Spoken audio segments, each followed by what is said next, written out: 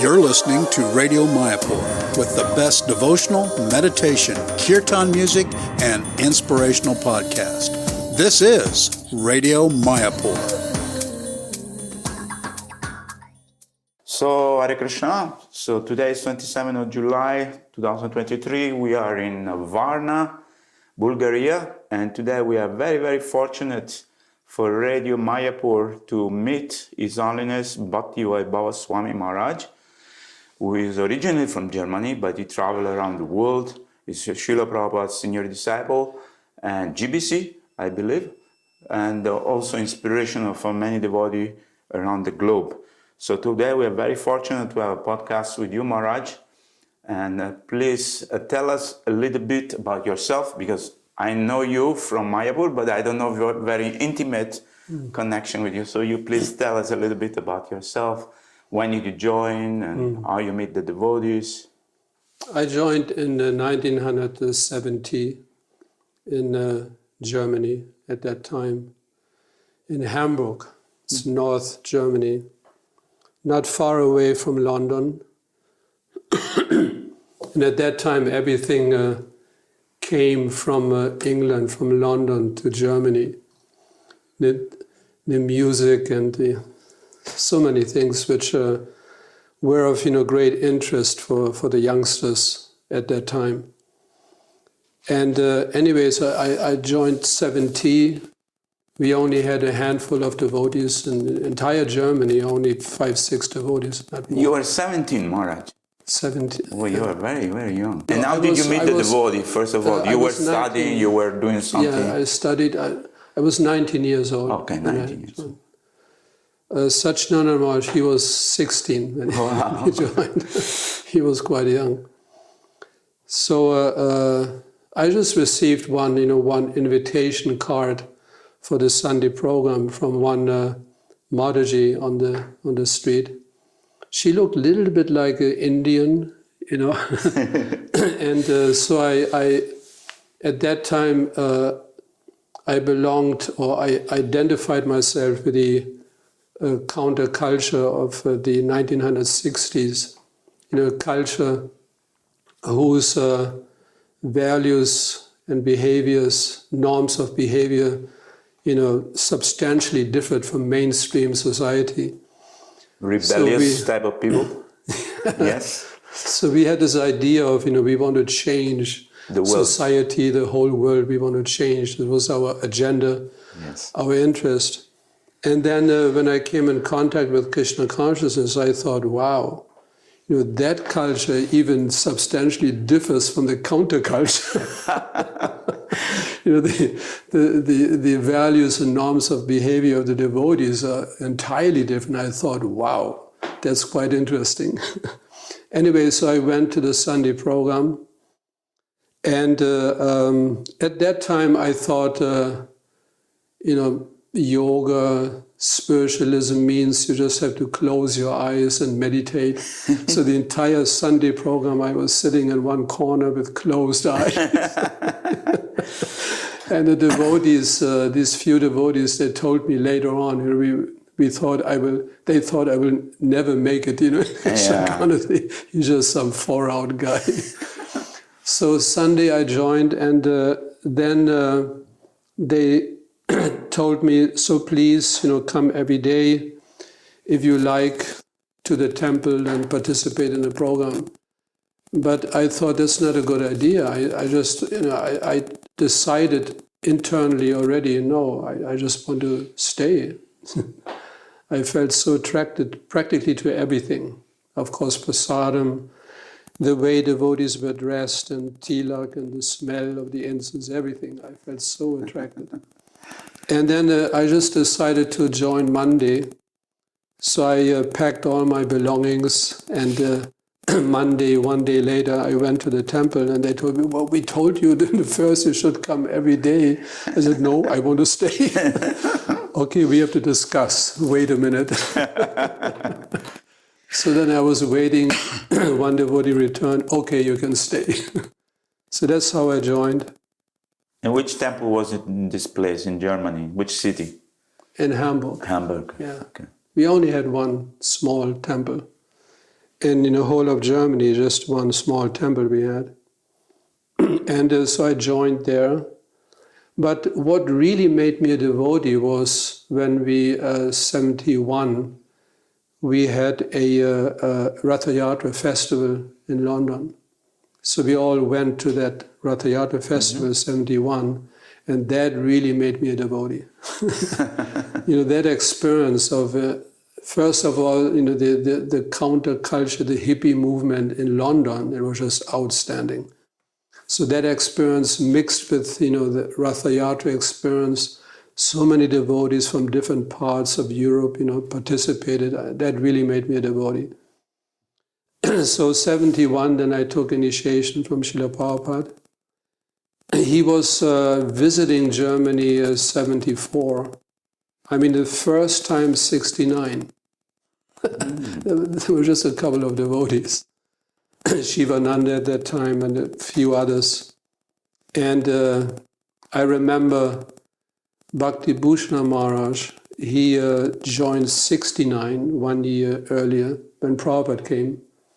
He still had long hair, a beard, and Prabhupada just initiated him on the spot. So anyway, Prabhupada, then second time he visited Germany in 74, and that's why I only took initiation by mail. Because for us it was impossible to travel all the way to India or America. It was just impossible for us at that time. So by mail I received first and second initiation by mail. 1 year later, 72, second initiation. And 73, I met Srila Prabhupada for the first time. Amazing. In Paris. I was already second initiated, and I met my spiritual master for the first time in Paris, and that was quite some experience. Tell us, what was your feeling when you first time you met your spiritual master? It's difficult to describe in words. Of course. But the initial, experience was that I strongly felt Prabhupada was not alone. He was somehow with Krishna. I felt that this strong experience, Prabhupada, he was not alone. He came with Krishna. Yes. So that was my experience. Prabhupada was sitting on the Vyasasan chanting Jai Radha Madhava. And I still remember Prabhupada, he chanted so intensively that the Vyasasan was rocking back and forth. He was so in ecstasy. And then at one point I felt just like standing up and raising my arms and, chanting. Then I stared at one painting above Srila Prabhupada, of Radha Krishna painting. And somehow, I swear I did not take any substances for 3 years. But somehow I felt the picture became a little bit alive. And I thought, my God, what is going on? So then I looked around, and there were groups of devotees, same, and they stared at some pictures with raised arms and dancing. Like, I thought, wow, I'm not alone. I'm not that strange.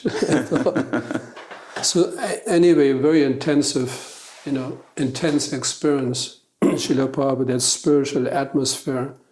And of course, Srila Prabhupada's personality, just outstanding, the topmost pure devotee of the Lord. And the morning walks were amazing. We could experience firsthand how Srila Prabhupada connected everything with Krishna. Whatever he saw, whatever he talked about, everything was just Krishna.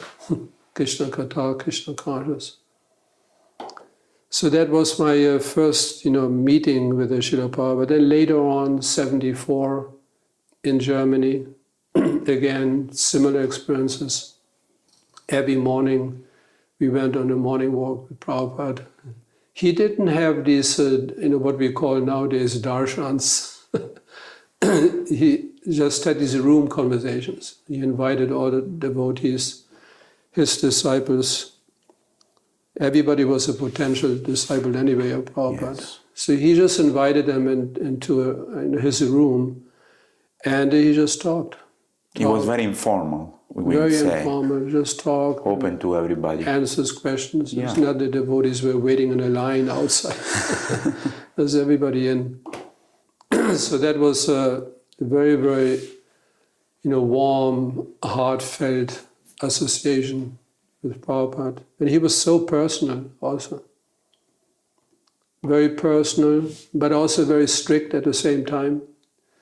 Like we give this example of Guru, he is like as soft as a rose petal, but at the same time he can be as hard as a thunderbolt. Yeah. So that you experience with Srila Prabhupada, these two aspects. He could be very, very heavy, but at the same time very, very personal and very warm-hearted. Yeah. Did you manage personally to ask some question? Will Srila Prabhupada reply to you? No, or something? unfortunately not. You did not? Because at that time my English Was not was very hardly developed. Okay. And Prabhupada, he was also, I wouldn't say surrounded, but he had his secretary, his servant, and when you wanted to come closer to Prabhupada, what do you want? What do you want? And if you don't, protected. if you don't speak fluent English, no, okay, just later, whatever, next year. So I didn't even try to. But then, Maharaj, we know that you went, after this great inspiration, Srila Prabhupada, your devotion solidify in your heart, and you dedicate your life to the Sankirtan movement. So you went out of your comfort zone of being in Germany or Europe, and you went preaching all over the world. Tell us some experience. For example, I know you went to Lebanon, and this is a Muslim country, so who would go? Even today, I don't know if they ask me, maybe, I don't know, I doubt it, I can go for preaching, but at that time, there was so much danger. Tell us some pastimes of this. That's what I learned from Srila Prabhupada to risk your life, for Krishna. When you read Srila Prabhupada's biography, it was just like that. Prabhupada was practically, literally risking his life. His fragile health at that time, and then traveling abroad, on a steamship. Even I wouldn't do this. Yeah, 70 years old. So that's what we learned from him, to just sacrifice your life for Krishna. And we imbibed that spirit.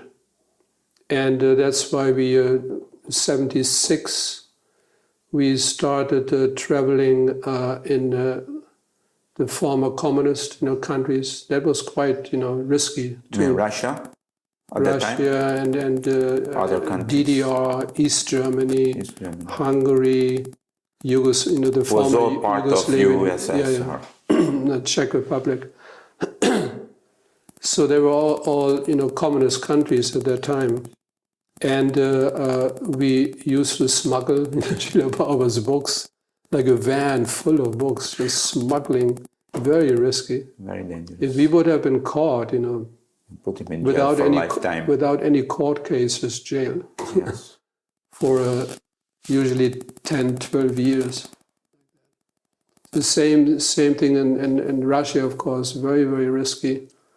At that time, you could only visit Russia with a tourist group, not individually. You couldn't. Guided tour. Yeah, guided tour. You have Means to they take you wherever they want. Yeah. And they explain whatever they want. So every time I had to find some excuses, that to run off the group. I don't feel healthy today. I would like to stay back, and then sneak out, try to find the devotees, and so that was quite some adventure. And Arab countries also I used to travel, because there was one Arab devotee from, he was from Lebanon. He belonged to the PLO. Ex-PLO, yeah. I know, Ravanari. Yeah, I met him in India. He passed away. He was in Mayapur actually for a long time. Yeah. He passed away in Mayapur. So he was a quite intense person. Yes. Very, he translated all Prabhupada books in Arabic language. Ishopanishad and the Bhagavad Gita. Right. Translated. So because he joined in Germany, in Berlin, and he immediately wanted to preach Krishna consciousness in Lebanon. He was definitely not afraid. And he was a trained Palestinian Liberation Organization member.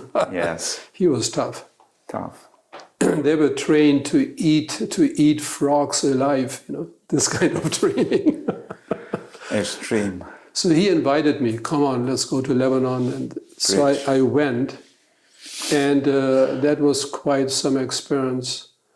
Because at that time, there was a civil war between Christians and Muslims in Lebanon I believe, for 9 years, a war for 9 years.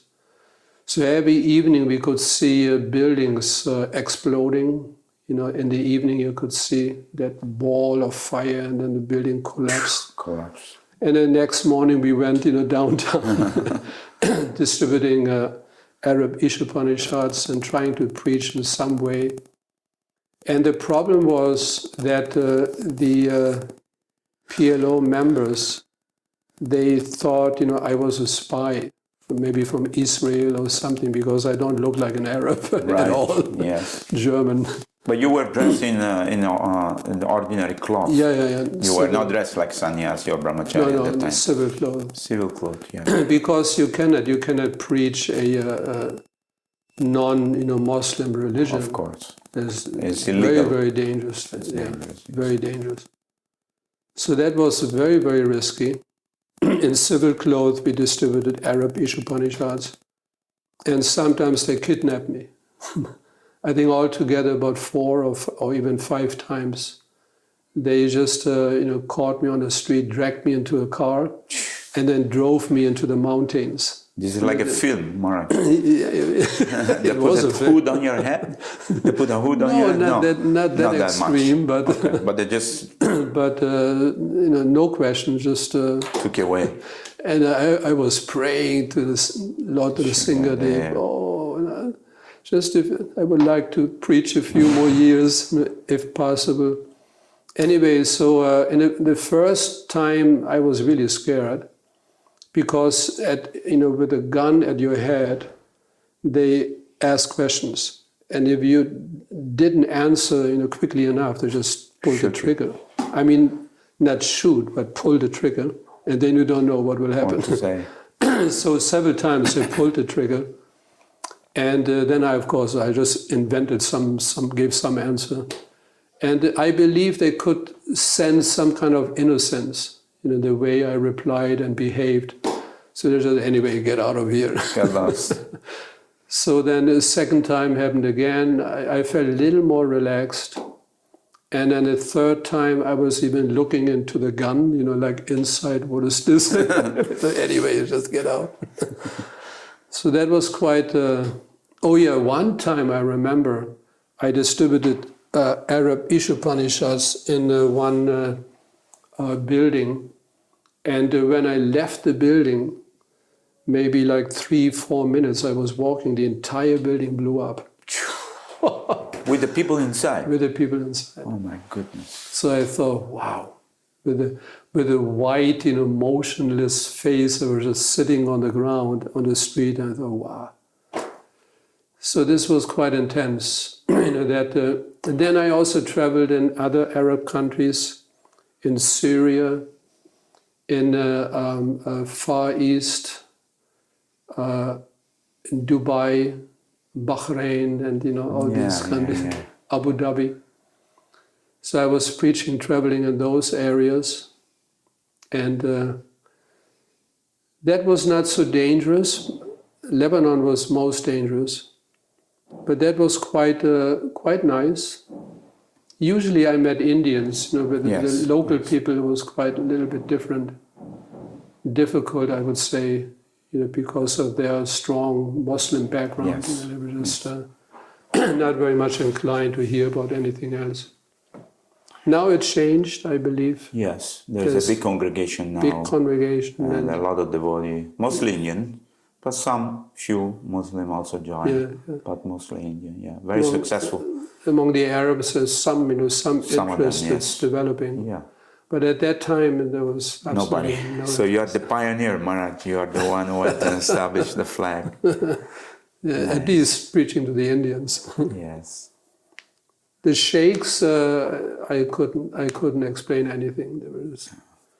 They did not interact. They were just quiet. Yeah. I think now the sheikh, they're more approachable because also they send their son to study in America and Europe, and they come back and they understand the culture, so they're it's a different ball game. But still, they're so much into their own culture, But they are approachable. Actually, even Arabs, when at least in Lebanon, because I distributed from door to door, so they often invited me. Yeah. So please come in. Nice people. Only problem is, it is part of their culture. They always offer to the guest, there's this concentrated black coffee. So concentrated. I always excuse myself. But at one time, I compromised. Because I also had English books with me. And then, that particular host, he told me, I would like to take all your books, whatever you have, just give it. But you have to take this, this is our culture. And I thought, oh, Krishna, what shall I do? Because if I say no, that would be disappointing. Very impolite and disappointed. He wouldn't take any books. So I prayed to Krishna, please forgive me. Can't take this coffee. So I took a little nip of that. And I remember, when I left that particular flat, my heart was pumping. Because we are not used, to this. Yeah. Yeah. Nice.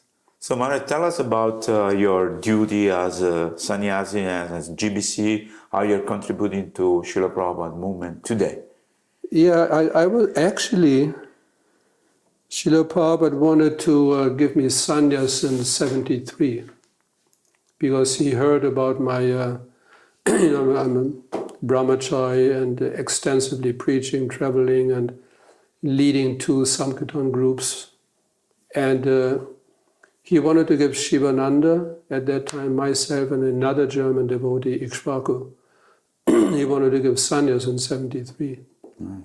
So we were already on our way to London.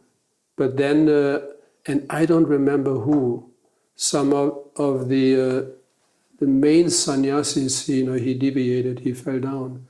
And Prabhupada was very disappointed. He said, no more sannyas initiations, at least for some, some amount of years. Yeah. So he cancelled all, initiations. Then I thought, oh, Krishna's arrangement. I was definitely not ready. I mean, I was eager, but not ready. So I thought Krishna's arrangement, Haribol. So then, of course, Srila Prabhupada left in 77. He departed from this world. Then at that time, a new GBC came to our area. And I asked him, what about sannyas Srila Prabhupada wanted to give me? So he mentioned, forget about it. He was very strict. I said, okay, I just crossed it out of my mind.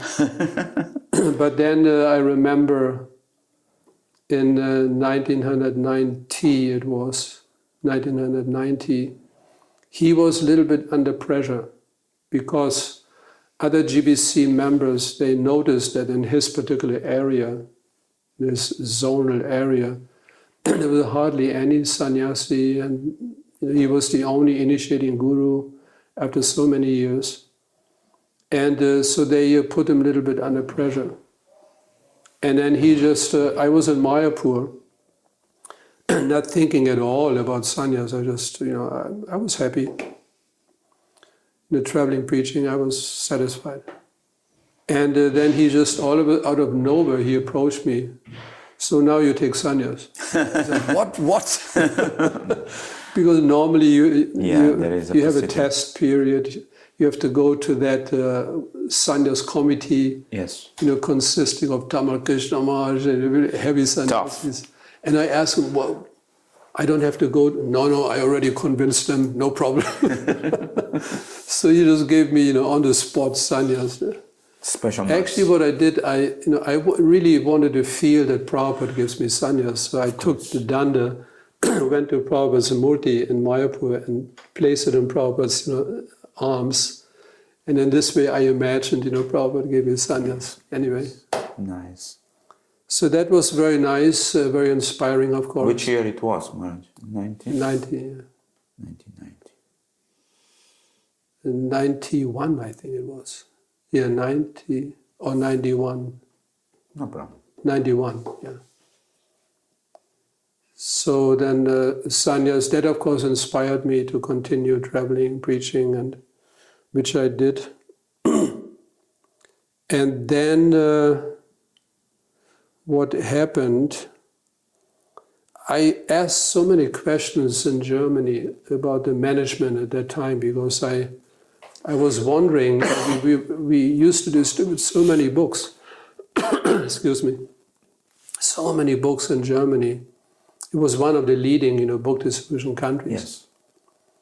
And we collected naturally so much Lakshmi money, and still every temple financially struggled. I thought, what is going on? What is happening? Yeah. So I asked a little bit too many questions, and then our GBC at that time, he asked me, to take some responsibilities outside of Germany. Okay, that's a step. That's how I became, in Involved. English you say he kicked me upstairs. So I was out of Germany. Right. And then I became a GBC member for Russia and West Siberia, East Siberia, and so many other countries, Ukraine, co-GBC for Ukraine, Latvia, and Mongolia, and South Korea, and in the Czech Republic, Slovakia, Finland, many countries at that time. So that occupied me, of course, a lot, the traveling so much around and trying to take care of these areas. It's quite demanding. Now, of course, in ISKCON we try to concentrate more on one smaller area, which is easier to handle. But last year I met some devotee from Mongolia. Last year in Mayapur, I met some devotee from Mongolia. Yeah. So, and I was shocked. I said, what? Mongolia? Where is Mongolia? Where is Mayapur? How did you become devotee? Oh, somebody preached to me. And he was very happy. There's one devotee in Delhi. Huh. He's based in Delhi. Oh, I see. So he learns, the everything. We can learn so many things in India, of course. Of course. So he's learning. Then he wants to return at one point and benefit the Mongolians, what he learned in India. Nice. Very nice devotee. Very nice, very sweet. Mongolia used to be a large kingdom. Yes. And if you look at the old Mongolian map, huge. Yeah, it's a big, whole huge Russia, even northern, parts of India belong to Mongolia. Yes. Then reaching into Europe, the palace of Genghis Khan, the palace, just to build his palace, he even engaged architects from France, from Paris. Wow. He was such a powerful, emperor. Huge, and now it's just shrinked into a small country. Yes. Small country. But tell us some story about when you were traveling. We had no temple. We had to travel and face so many austerity. For example, taking bath in the morning, and you're the leader, and then you go there in the river, but the river is frozen cold, and you break the ice and take the load and take bath and stuff like that. We didn't, we didn't stay overnight in hotels. Or No, of course we couldn't not. afford it. So usually we just stayed in our Sankirtan van overnight. Yes. We just slept in the van. With a sleeping bag. With a sleeping bag, and when it's getting colder, when it got colder, now of course we need a heater inside. And even in the winter time, we stayed in the Sankirtan van with a heater on the whole night. And the next morning we took shower outside. Yeah. Usually we went to into the riverside, some kind of river. And in the forest. In the forest, some place wherever. in the winter time. Yeah. And then with our gamsha barefoot, walking over the snow, taking in Switzerland. I told you once before. Switzerland, it was below 5 or 6 below zero. So the water was also below zero. Yeah. But because it was flowing, it didn't freeze. Right. So I didn't know that. I thought, That's zero. okay. It's cold. Okay, I wanted to give an example, to the other brahmacharis. So I went out with my loader, and and then I wanted to take a shower. So when that water hit my chest, I was sliding 5 meters back on the snow. It was so cold. It was like a shock, Anyway, sometimes in big cities, we used to take our shower. We went to the fountain, in the middle of the city in Germany. Right. In many cities, we have this fountain, kind of fountain in the middle. Yeah. Because of early in the morning, there was nobody there. So we went to the fountain, the water, and took our shower in there. And overnight, later on, then it just became too austere, to sleep in a van all the time, packed together with 4 or 5 other devotees. So then we managed to stay overnight, and we went to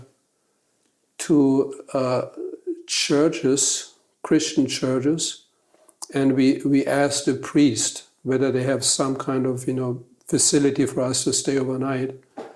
And because you are monks, right? Yeah, we told them we are Brahminical monks. Yes. We are related to an Indian culture, like. Yes. And they usually had Obliged. some kind of guest room, something they had. So this was quite nice. And then in the morning we had some philosophical, discussion with them, and very exciting. And you give them some book as well. Yeah. Yes. We always offered our books. Yes. They politely accepted. Yeah. And I remember one time there was a church all the way up on the hills, some church. Looked a little bit spooky because everything was dark. We arrived late in the evening. I think it was 10 o'clock or something, 10:30. Very dark. And it was a large church. And these doors, wooden doors, and then you have this metal ring, and then you have to knock. Boom, boom. Boom. So then the door opened, and there was a very small priest with his black, hood. Yes. And then he, in this kind of ancient German language, not a normal German, some ancient from the 18th century or something, some kind of German language. He said, "Brothers, where do you come from?" Whoa. And we replied, "We came from the north." He said, "Please come in." It was really far out. And you stayed there overnight? We stayed overnight. Next morning, we made our prasadam. Then later on, we could afford to stay in hotels also. Okay. And I remember that we thought everything belongs to Krishna. Of course. So, sometimes we took the bed sheets, to make our underwear. And the frames of the pictures, we thought, this is a nice frame for our altar. And what they didn't like, the hotel owners, when we cooked halwa in the morning, because the entire hotel, the hotel smelled like ghee. And they came, "What are you doing? You're not supposed to cook in the hotel. Please taste." Yeah. So nice. We spent our youth in this way. How you find the difference between the old time 1970 and today's preaching? What is the different mood of the people, the public? How you're relating to them? Because with the modern information technology, which is how you find the youth, for example, we were like against all the culture, hippie or whatever we were at that time. But now the youth of today, how you categorize them, or how you see them, how they are interested, and how you are approaching them to become conscious? The advantage of the 60s was that because of that countercultural concept, they were already sort of detached. Yes. They detached themselves from wealth, being established, having a job, they already detached. That was one advantage. Now I notice the youth, they're different. Yes. They want to be more settled, more stable. They want to have a good payment. So it seems to be a little more difficult to attract them to Krishna consciousness. So it's a challenge for us to find new ways and means to attract. I'm always convinced that that's the social circle, that Dharma, Artha, Kama, Moksha. It's always there. Always. But in the 60s, it used to be more visible. Those who were after looking for moksha, liberation, it was more visible. Now it's not so visible anymore, but they're still there, I'm convinced. Of course. There must be number of people in society who strive for moksha, but it's not visible. So we have to find them in some way. And that's the great advantage of the social media, internet. You can contact millions of people in no time. That's a huge advantage we have. Is internet, presenting Krishna consciousness on the internet, on social medias. It's still the challenge is how to contact them. Sure. You might, again, this was one advantage in the 60s. We used to visit people at home, in their own environment. It's one thing to chat on the internet, but it's a little bit different if you actually meet them, physically meet them, personally. You be with them, you talk to them in their own environment. When they visit our temples or our website, they also change, they take on a certain mood, but once they're back in their own environment, different. Yes. So that, talking about Krishna consciousness in their own environment, that's very important. And we notice that. Once we, usually they responded to our, mail, snail mail. Yes. They responded, no problem. But, they remained at a distance. But once we actually visited them at home, then they changed. Because of personal relationship. Something happened. Maharaj, I want to ask you, at that time, I remember many people joined because they were disappointed with the materialistic world. So they thought, yes, this is a place I can contribute, this is a place I can grow, this is a place I can make spiritual progress. But now there's children or youth or, they're not so much willing to have this experience of an ashram or a temple, or dedicate some of their time. Maybe, of course, if they try once in a month or once in a week, maybe they'll like it, because it's a totally association of Vaishnava and devotees. But I find that people are not willing to dedicate their life like we were at that time, to join and say, okay, enough of this material world, I want to try this. Yeah. So what's your take on this? Like I mentioned, I'm still convinced such people must exist. Sure. They must be there in society. It is just more difficult to find them. And I believe we have to also adjust ourselves accordingly, that we make this ashram life a little more attractive. Accessible, attractive. Not like in the old days. No, that was too rough. It was very austere, maybe. Very austere. But And now I then- believe they do this program like yoga and retreat, so people, they get association with the body, and they can maybe perceive that there is some way they can make progress in spiritual life. It's always on my mind. Yes. I'm constantly thinking how to make Krishna consciousness more attractive for people, just in general or individually, how to make it more attractive. It's always on my mind. So some of our, leading devotees who present Krishna consciousness to the public, they are quite successful. They have a lot of followers. Yes. But again, that question remains: what about ashram life? People actually joining, becoming full-time members, living in the temple, taking on responsibilities for Prabhupada's movement. That's still a challenge, I feel. Yes. Still a challenge. And Especially in the West. In India, the people are still joining. India is different. In India, it's different ballgame because people are more Catholic. I think it's part of the culture. Yeah, so no problem. Part of the culture. Like Thailand and many, China even maybe, the people that go and become monks. It's a common thing, you know, ashram, guru, ashram life, teacher. It is a common. People go and... The West is different. West is very, very different.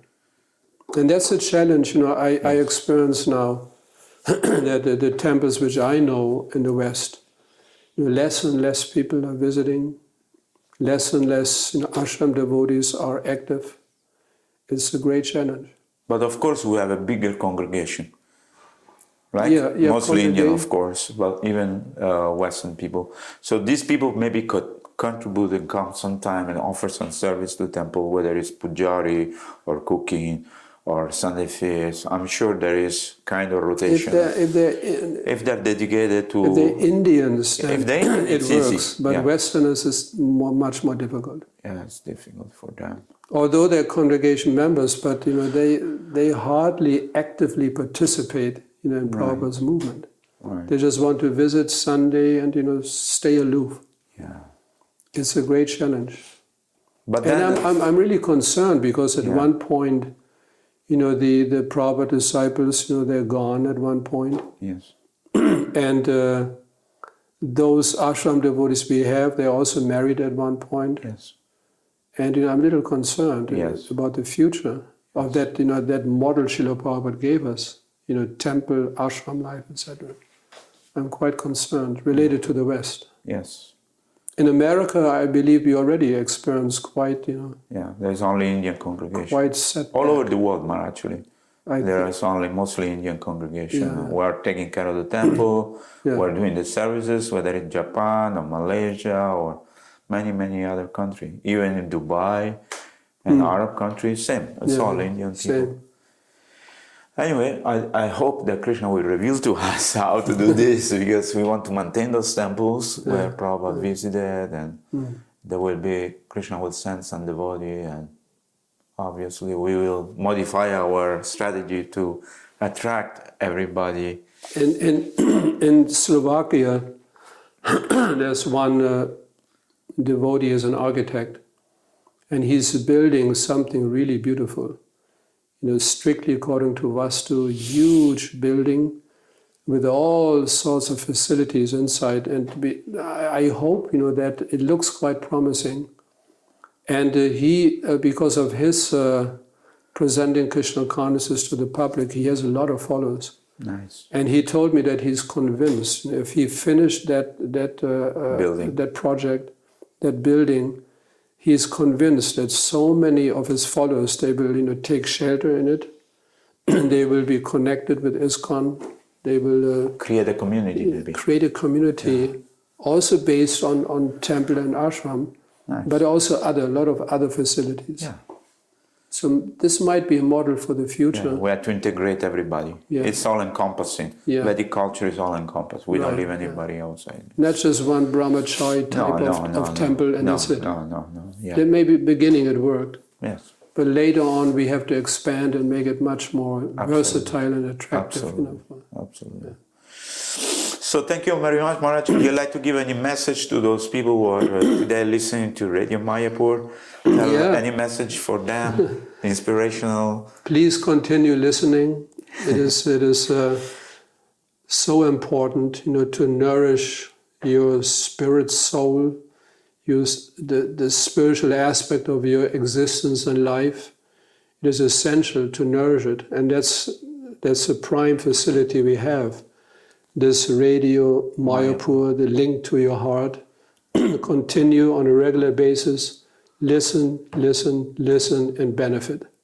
Thank you so much, Bhaktivaibhava Maharaj. Srila Prabhupada ki. Ananta Kodi Jai. Hare Krishna. Jai. Thank you so much. Hare Krishna. Hare Bo. You're listening to Radio Mayapur with the best devotional, meditation, kirtan music, and inspirational podcast. This is Radio Mayapur.